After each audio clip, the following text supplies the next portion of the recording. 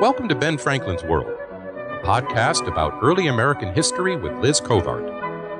The study of history is key to understanding who we are and how we can affect a better future. Ben Franklin's World will introduce you to historical people and events that have impacted and shaped our present-day world. And now, here's your host, Liz Covart. Hello, and welcome to episode 56 of Ben Franklin's World, the podcast dedicated to helping you learn more about how the people and events of our early American past have shaped the present-day world we live in. Between 1754 and 1763, North Americans participated in the French and Indian War. But did you know that as this World War raged, many South Carolinians, Virginians, Britons, and Cherokee people also fought a war for land, trade, and respect? Today, we embark on an exploration of the Anglo-Cherokee War with Daniel Tortora, author of Carolina in Crisis, Cherokees, Colonists, and Slaves in the American Southeast. During our investigation, Daniel reveals what Cherokee and Anglo-American society looked like prior to the French and Indian War, what caused the Anglo-Cherokee War, and how the British and Cherokee peoples negotiated peace. Are you ready to discover more about this understudied aspect of early American and Native American history? Allow me to introduce you to our guest historian. With tidings and wisdom to share about our early American past, here is this week's special guest. Our guest is an historian of the French and Indian War and the American Revolution. He enjoys researching topics that shed light on the overlooked experiences of Native American peoples. He is an assistant professor of history at Colby College and the author of 2 books, Fort Halifax, Winslow's Historic Outpost, and, most recently, Carolina in Crisis, Cherokees, Colonists, and Slaves in the American Southeast. Welcome to Ben Franklin's World, Daniel Tortora. Thanks for having me.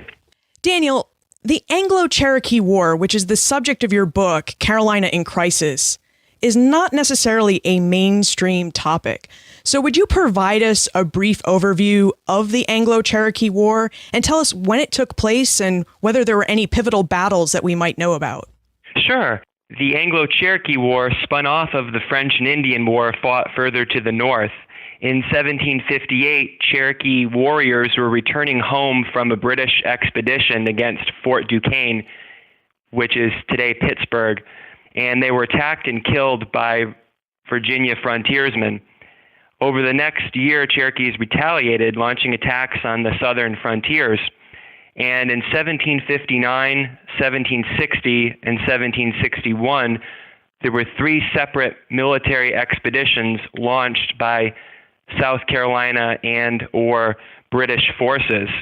All during these 3 years, there were skirmishes and battles fought on the southern frontiers, and in particular, the ones that come to mind, there was a hostage crisis in 1760 at Fort Prince George, which is in upstate South Carolina.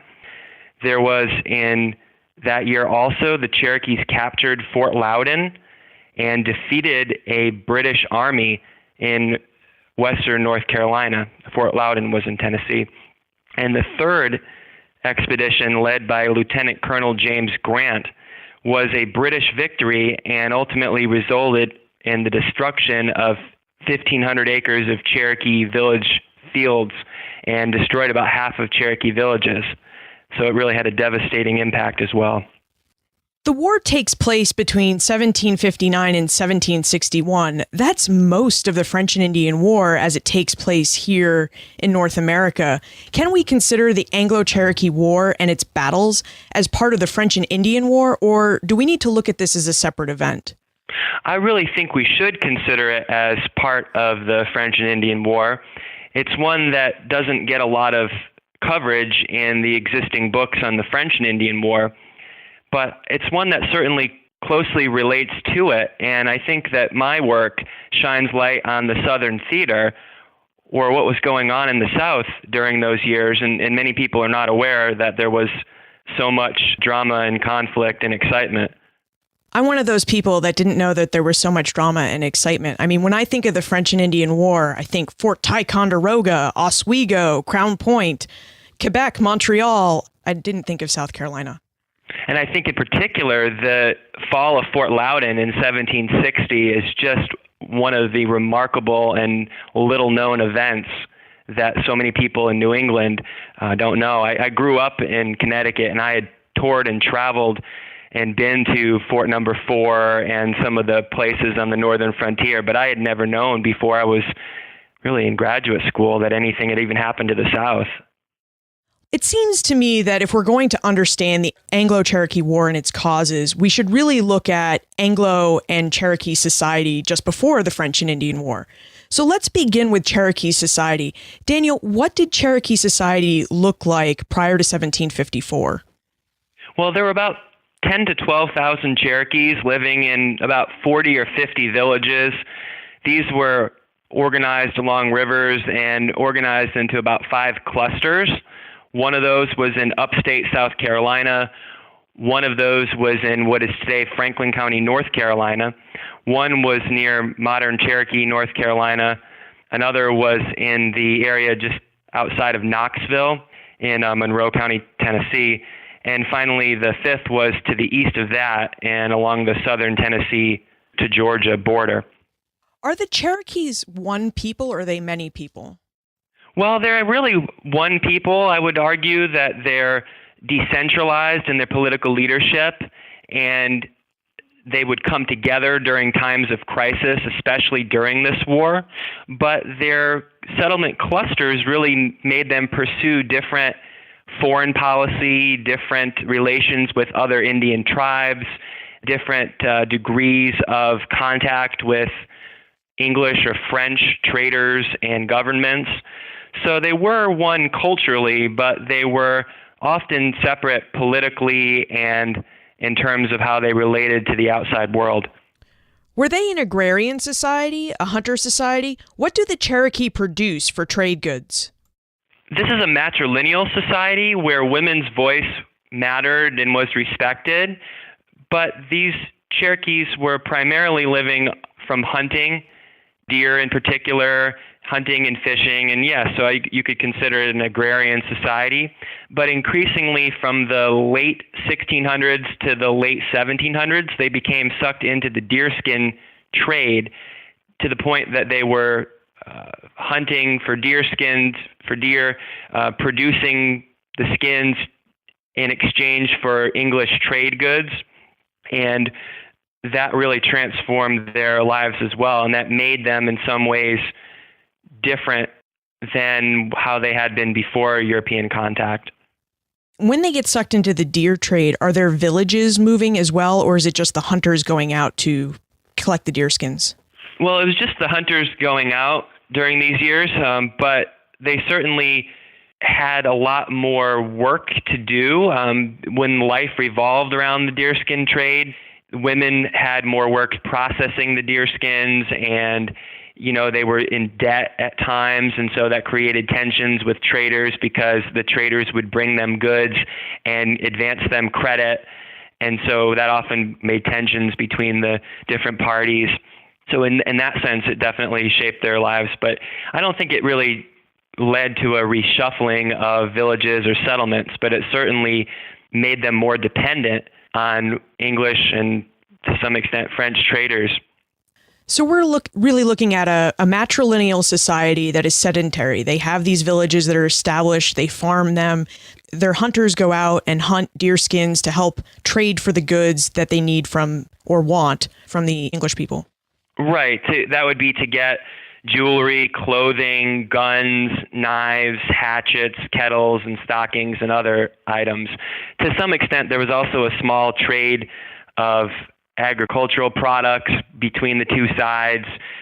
Cherokees eventually adopted chickens and other animals, but for the most part, the deerskin trade was the main economic relationship between the two.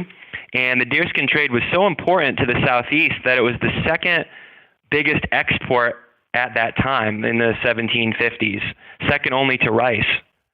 In fact, in your book, Carolina in Crisis, you mentioned that Virginia and South Carolina both wanted the Cherokee trade and the deerskins that they were collecting. They did, and Virginia and South Carolina traders and governments were competing for the affections of the Cherokees, and they were competing for the deer hides as well. And when the French and Indian War began, both South Carolina and Virginia rushed to construct a fort in the Cherokee country, and in fact, each constructed their own. The Virginia fort was not very impressive, and it actually soon collapsed or probably fell into ruin. The South Carolina fort, which South Carolina would garrison for the next about 4 years, that's Fort Loudoun in present-day Von Orr, Tennessee. And you can actually visit the reconstructed fort today. But South Carolina ultimately prevailed because they had the longer relationship with the Cherokees going back further in time. But Virginia and South Carolina would compete and continue to compete for Cherokee military aid, for Cherokee economic assistance throughout the French and Indian War, really until Cherokees and South Carolina and Virginia and so forth began to clash. Where does North Carolina fit in this mix? Because in between Virginia and South Carolina is North Carolina. Yeah, North Carolina is a thread that runs through my book. North Carolina didn't have much of a relationship with the Cherokee Indians during these years. They didn't really have the political stability that the other colonies had, and they didn't have the money. So they couldn't really pursue very much as a government with the Cherokees. Although Cherokee villages were located in what is today North Carolina and what was, I guess, then considered part of North Carolina, there wasn't much that they could offer. And their governor and their troops really didn't offer very much either. They had tried. Their main fort at that time was at Fort Dobbs in Statesville, North Carolina today. And they had tried to participate in each of the expeditions that I had mentioned a little while ago to Cherokee country during the war. And each year, some disaster occurred. So they really weren't able to do very much throughout the war years, although they did try, and that's a thread that you can read about. Now that we have a good understanding of what Cherokee Society looked like, what kind of trade they're conducting with Virginia and South Carolina, let's take a look at Anglo Society in South Carolina. What did South Carolinian society look like in 1754? Well, South Carolina life seemed to center around Charleston, a seaport town with great extremes of wealth and poverty, located where it is today. And there were also several other coastal settlements, all of them with a planter class that was also the ruling class. Along the frontiers of South Carolina, there were pockets of settlers. Some of them were German or Scots-Irish immigrants. Many of them were poor. And of course, there was a large enslaved population, especially in the coastal regions, but also tending the crops and corn and wheat fields of the frontier. I recall from my readings on Southern life that disease ran rampant in the swamp waters of South Carolina during the summer. Did that sort of disease affect Cherokee society as well? Well, Cherokees were definitely affected by disease. They were affected and shaped especially by smallpox. And in 1738, a major smallpox epidemic struck Cherokee country. It wounded for life one of their principal leaders and one of their most important warriors, a Conestoga, who plays a prominent role in my book. He bore the marks of smallpox for the rest of his life. In 1760, another epidemic also hit Cherokee country. And beyond that, other smaller Indian tribes like the Catawba Indians, who live just south of Charlotte today, they were also severely affected by smallpox and other diseases. So absolutely. And the smallpox in particular was something that all groups, Indian, African Americans, and whites, had to contend with during the colonial period. It seems like even though Cherokee and South Carolinian society are different, they do share a lot in common. They share a trade. They share a susceptibility to disease. Do they also share an interest in slavery? Did the Cherokee practice slavery? Well, the Cherokees had a form of slavery, but it was certainly nothing like what South Carolina had. Later in the 1800s, Cherokees would adopt slavery, probably because their lives began to more closely resemble that of white people. But they didn't really have slavery like South Carolina. And in fact, there were concerns, or South Carolinians had concerns, that slaves might escape to Cherokee country. And that was a concern that dated back pretty far to at least 1730 or earlier. So Cherokees had slavery, but it was nothing like what slavery looked like in the Anglo world. And many slaves became, or eventually became, full-fledged members of Cherokee Society. So it was certainly not an inherited, brutal kind of thing. It was a means to an end in many cases, most cases. Another aspect that Cherokee and South Carolinian society had in common was they both participated in the French and Indian War. Would you tell us about Cherokee War culture and the function of war in Cherokee society? Sure. One European observer said that their primary ambition in life is to distinguish themselves through war. And indeed, Cherokees saw war as the path to social and political status. It was something that all men did. It was something that was never taken lightly. Sometimes Cherokees went to war to avenge the death of members killed by other tribes. Sometimes they went to war in the 1750s, for example, as British allies to try to attack their enemies with British help, to try to distinguish themselves and gain the status that I mentioned. So Cherokees saw war as really an important and a constant part of life. Their attitudes towards war were a little different, though, in that they always sought to minimize casualties. And so whenever it looked like they were going to be routed, rather than sacrifice additional lives, they would simply withdraw. In many cases, if they felt spiritually or that they were getting a bad message or bad vibe, if you will, from their conjurers, their leaders, spiritual leaders, or through their dreams, then they would often not go to war or change their plans. So they were shaped by their cultural beliefs in their decisions to go to war or to not go to war. It sounds like prior to the French and Indian War, the Cherokee and Anglos in both Virginia and South Carolina were on friendly terms. I mean, the Cherokee went into the French and Indian War as allies of the British. So what happened? What soured relations? Would you tell us about the 1758 British campaign against French Fort Duquesne? Sure. So both Virginia and South Carolina had wanted Cherokee assistance, and it turns out that Cherokees ended up going to participate in the British campaigns against Fort Duquesne. And in 1758, about 700 or 800 Cherokees made that trip. And they, tired of waiting, that campaign was incredibly slow. It had, 10,000 troops traveling from Philadelphia to what is today Pittsburgh. And so although Cherokees were scouting and skirmishing and getting intelligence on French positions, and even going to some of the other French forts in the Great Lakes region, the slow pace of the campaign really led many to grow tired and impatient. They had to get home because they had to get home for the fall green corn harvest festival. They had to get home for the winter hunts because their families' livelihoods depended upon it. And so many of them left early. And when they returned back to Cherokee country, they were attacked by Virginia frontier settlers. The Virginia frontiers people had been through Shawnee Indian raids, and many may have tried to collect the Cherokee scalps to collect the bounty that Virginia was offering.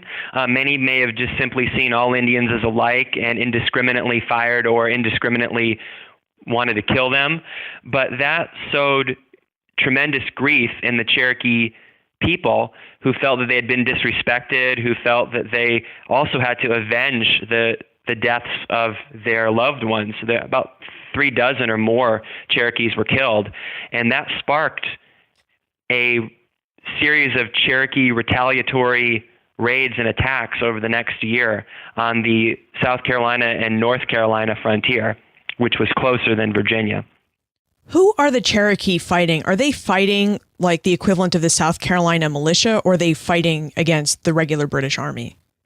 Well, here's where it gets interesting. So after these series of raids in 1759, South Carolina's governor took the lead to try to negotiate an end. They were, at the time, the Cherokees were simply attacking frontier settlements on the outskirts of North Carolina and South Carolina, but it was South Carolina militia who in 1759 seized Cherokee diplomats hostage and marched them back to a fort on the South Carolina frontier. So that was militia. North Carolina troops never arrived in time, and the hostages were confined in a small hut. A bunch of them died of smallpox, and the Cherokees were forced to sign a treaty that they soon broke. That then led to a series of Cherokee raids on the South Carolina frontier and North Carolina frontier. And in 1760, General Amherst sent British troops to try to put this Cherokee uprising down. And Cherokees defeated that army, primarily British troops. They were primarily Scottish Highlanders and some Royal Scots who had seen action further to the north and were pretty much done with that. So in 1760, it was primarily British troops. The Cherokees then seized Fort Loudoun, and it looked like peace could have been concluded, war could have ended at that point, but the British decided to send a retaliatory and really punitive expedition the following year, and that featured a very large number of South Carolina provincial forces with it.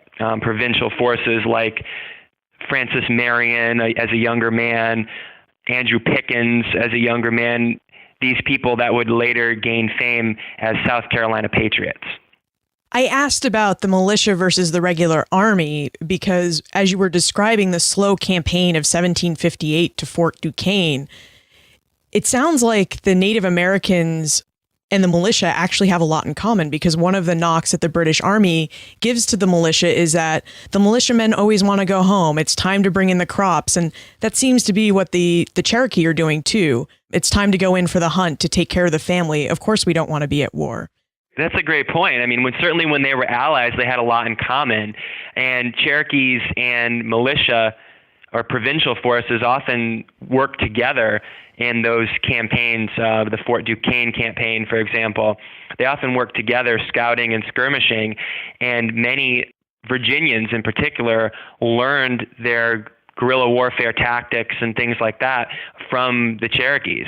The Cherokees were, we probably don't realize, training Virginian and Pennsylvanian forces in the French and Indian War. Let's now look at a few of the characters that are involved in the Anglo-Cherokee Wars, the people that try to break peace and wage war.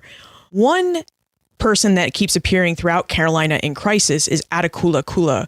Would you tell us about Cool Akula and the role he played in the Anglo-Cherokee War? Sure. He was also known as the Little Carpenter, known for his ability to build peace and consensus. And he was the Cherokee voice of peace during these years. He was a steadfast ally of the British, and that dated back to his trip to England in 1730 as a young man.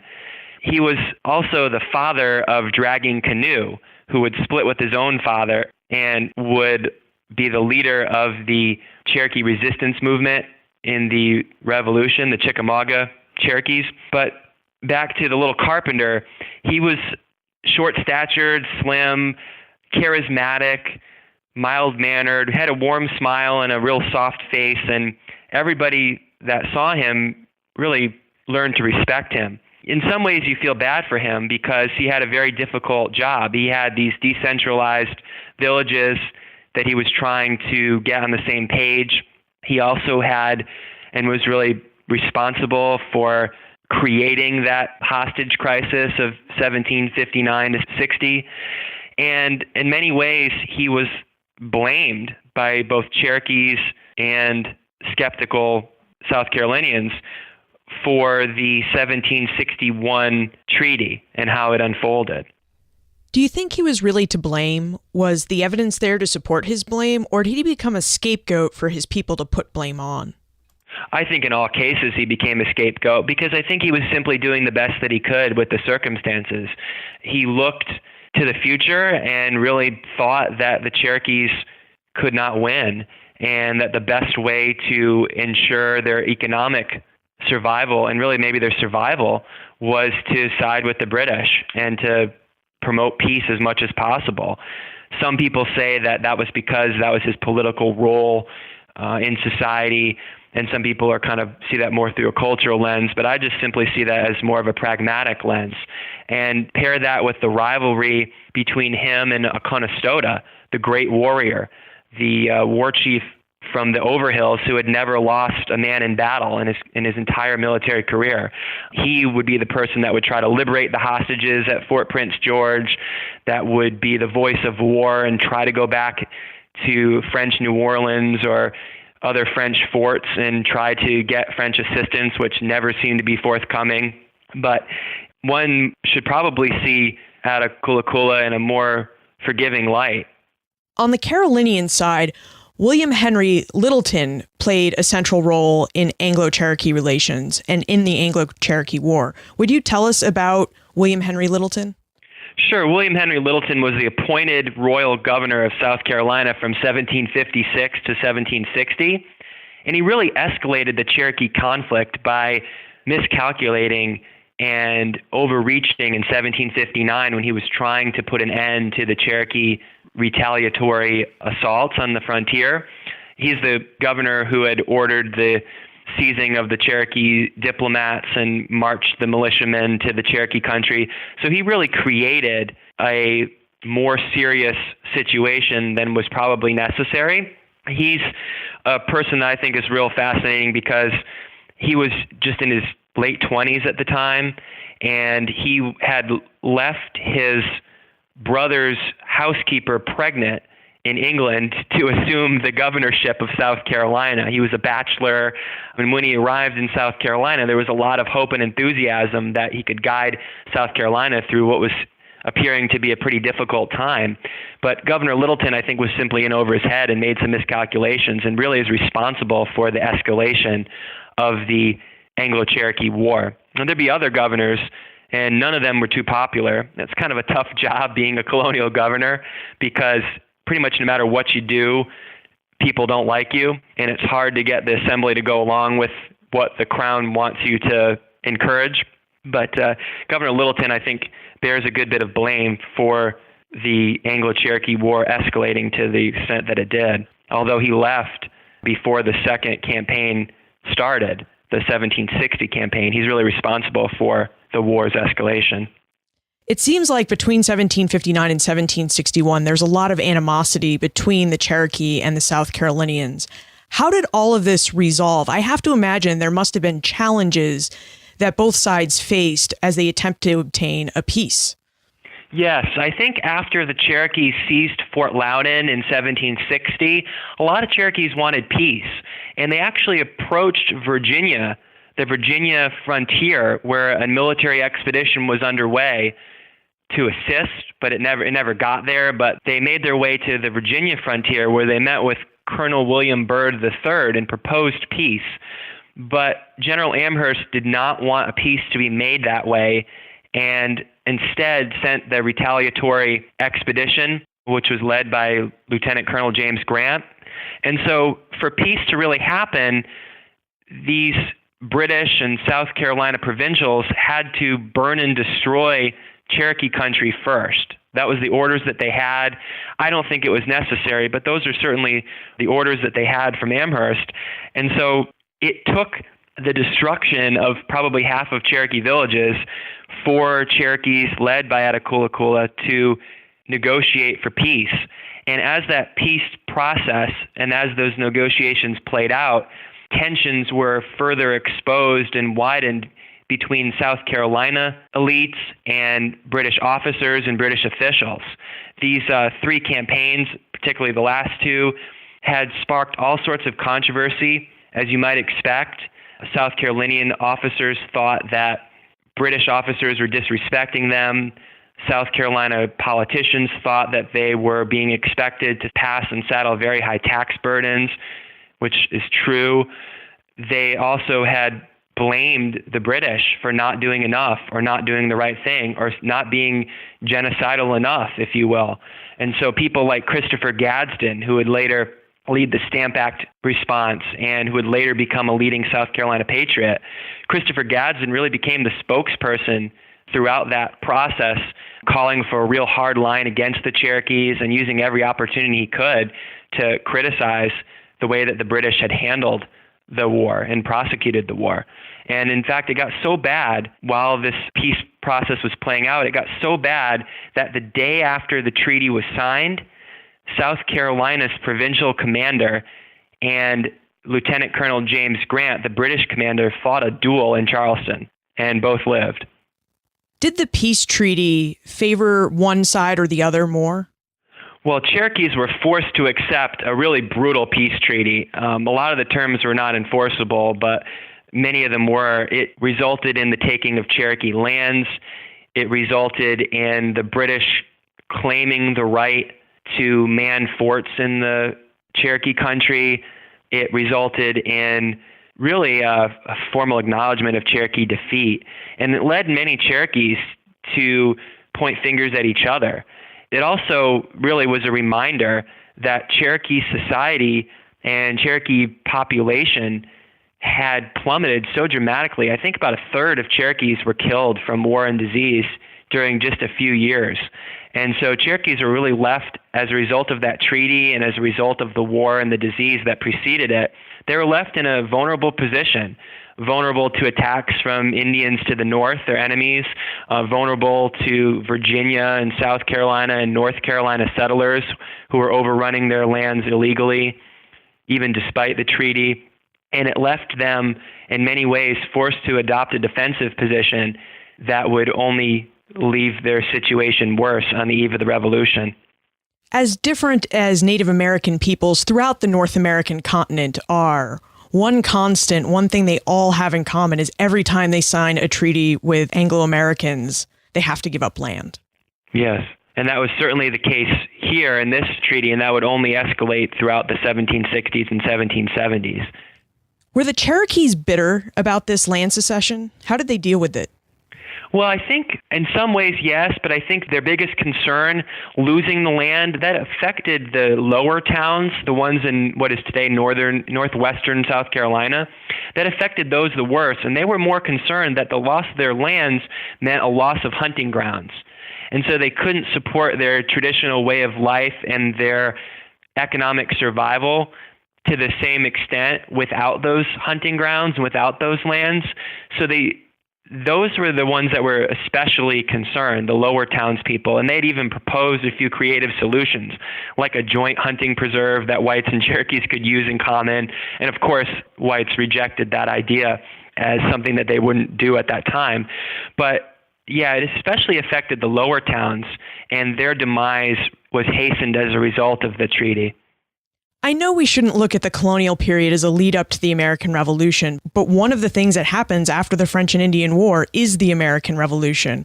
And I wonder, did this harsh treaty affect the way that the Cherokees would get involved with the American Revolution and its war for independence? Well, I think in many regards, the Cherokees came to see the British as the best option they had. And this goes back to the treaty and to the aftermath of that treaty. South Carolinians couldn't really be trusted because their settlers were overrunning the lands. The British at least tried to hold back settlement. And as the 1760s and 1770s unfolded, Cherokees often found at least a sympathetic ear in Britain. And so I think it's 1762, Thomas Sumter, the Gamecock, who's actually from Virginia, he and another Virginian officer named Henry Timberlake led a small Cherokee delegation to England. And British authorities kind of patched things up with the Cherokees at that point. And so from that point on, I would argue, Cherokees saw the British as really the best hope they had. The French were defeated and the French would soon evacuate, so they didn't have them to help. The Spanish were not really very much of a presence in the Southeast yet. And so most Cherokees then saw Britain as really their best option. And when the revolution broke out, the British were a more appealing choice with as far as whom they should side with. One aspect of the Anglo-Cherokee War that we haven't discussed that does play a big role in Carolina in Crisis is how African Americans saw opportunities in the war to advance their cause and break free from slavery. Daniel, would you tell us about how African Americans used and viewed the Anglo-Cherokee War? Well, in many ways, they saw challenges because the diseases that were spread as a result of the war affected their lives disproportionately. But in many ways, they also found opportunities. I noticed that the number of runaway slaves dramatically increased during the course of the war. And I looked at runaway slave ads, and I saw that those numbers just about doubled from 1759 to 1761. Some slaves found opportunities fighting in provincial or militia armies, and some of them actually ran away from their plantations to do so, probably looking for the adventure, the opportunity, and possibly even the wages that they could be offered, and they were paid as well. Some slaves, like Abram the messenger, became free as a result of their service, although that was extremely uncommon. I think really he's the only one, and you'll read about him in Carolina in Crisis. So there were opportunities for some. There was also opportunities, or at least to plan and plot and consider a larger scale revolt, which is indeed what happened when the war first began. We've just scratched the surface of the Anglo-Cherokee War, and as we mentioned at the beginning, this is really an understudied aspect of the French and Indian War. For those of us who would like to learn more about the war, are there any historic sites we can visit or other books we can read about it? Sure. I would highly recommend that if anybody is in Tennessee, they should definitely visit Fort Loudoun State Historic Area in Von Orr, Tennessee. It is an amazing place. It has a recently redone museum. The fort has been reconstructed, and it's really excellent. So I would definitely add that to your list of places to visit if you want to learn more about it. There have been some other books written about this subject, and I recommend in addition to Carolina in Crisis, for a book that looks more at the political and diplomatic and military aspects, you could look at John Oliphant's book, Peace and War on the Anglo-Cherokee Frontier, or for more on Cherokee culture, The Dividing Paths by Tom Hatley. Those are other books to look at. Thank you for those recommendations. Now we must move into the time warp. This is a fun segment of the show where we ask you a hypothetical history question about what might have happened if something had occurred differently or if someone had acted differently.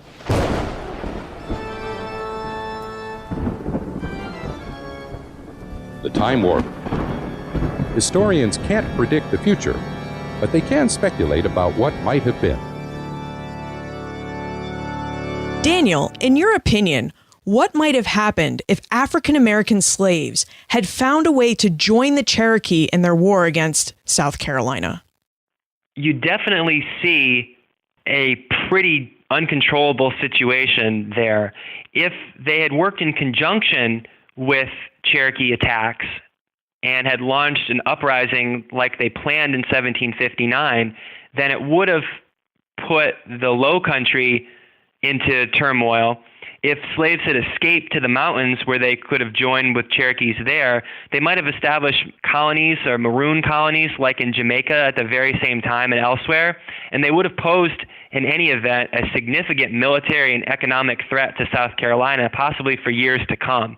This is what South Carolina's governor during 1760 to 61 was afraid of, Lieutenant Governor William Ball, and this is what he feared. And he, in fact, ordered the press to not report on the extent of the slave plots for fear of what might happen. So if they had worked in conjunction with the Cherokees, or if they had, fled and joined the Cherokees, it would have been devastating, and it certainly also would have resulted in more British troops in South Carolina, which, of course, would have created turmoil between South Carolinians and British forces. Daniel, what overlooked aspect of the American Revolution or Native American experiences are you researching and writing about now? Well, I'm looking at Wabanaki Indians of the northern borderlands, Penobscot and Passamaquoddy and other peoples during the Revolutionary War. And I'm looking at how they experienced and shaped the Revolutionary era. And that's part of my ongoing research on Indian patriots of the American Revolution more generally. It wasn't just inspired that you now work at Colby College in Maine? That's part of it, because I became more interested as I've been here. But as I've said, I'm also a New England native, so it's something that holds interest for me anyway. And where is the best place to look for more information about you, your work, and how to get in contact with you? You can find me and connect with me on LinkedIn, Daniel J. Tortora, Tortora. You can email me at dtortora@colby.edu. You can also check my Amazon author page to see where I'll be speaking or signing books in 2015 and 2016 and beyond. Thank you for bringing us this overlooked aspect of the French and Indian War. Thank you for having me. As Daniel acknowledged, the Anglo-Cherokee War stands as an understudied area of early American history. But after our conversation, I'm not sure if it should remain understudied. The war provides a window into Anglo-Cherokee relations, and it also reveals how British officials, Anglo-American colonists, and Native American peoples went about negotiating cultural differences and misunderstandings. As Daniel described for us, most of the time, none of these parties saw eye to eye on how to settle their disputes. Study of the Anglo-Cherokee War is also important because the war influenced Cherokee views during the American Revolution.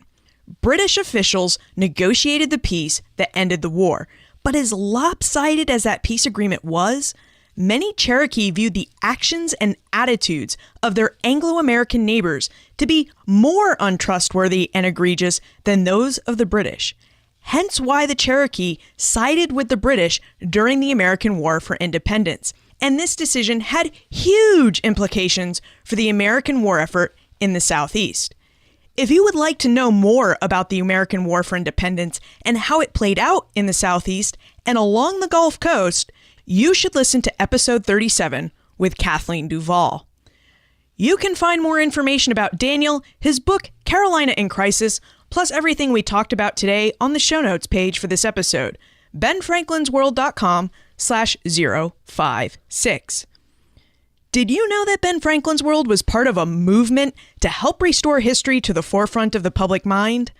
If you would like to become involved with this movement, or if you loved the show and would like to find out more about how you can support it, text Support BF World to 33444 or visit benfranklinsworld.com/movement. While you're there, make sure that you catch the behind-the-scenes video for how I make the show. I promise you, my bobblehead collection alone will make that video worth it.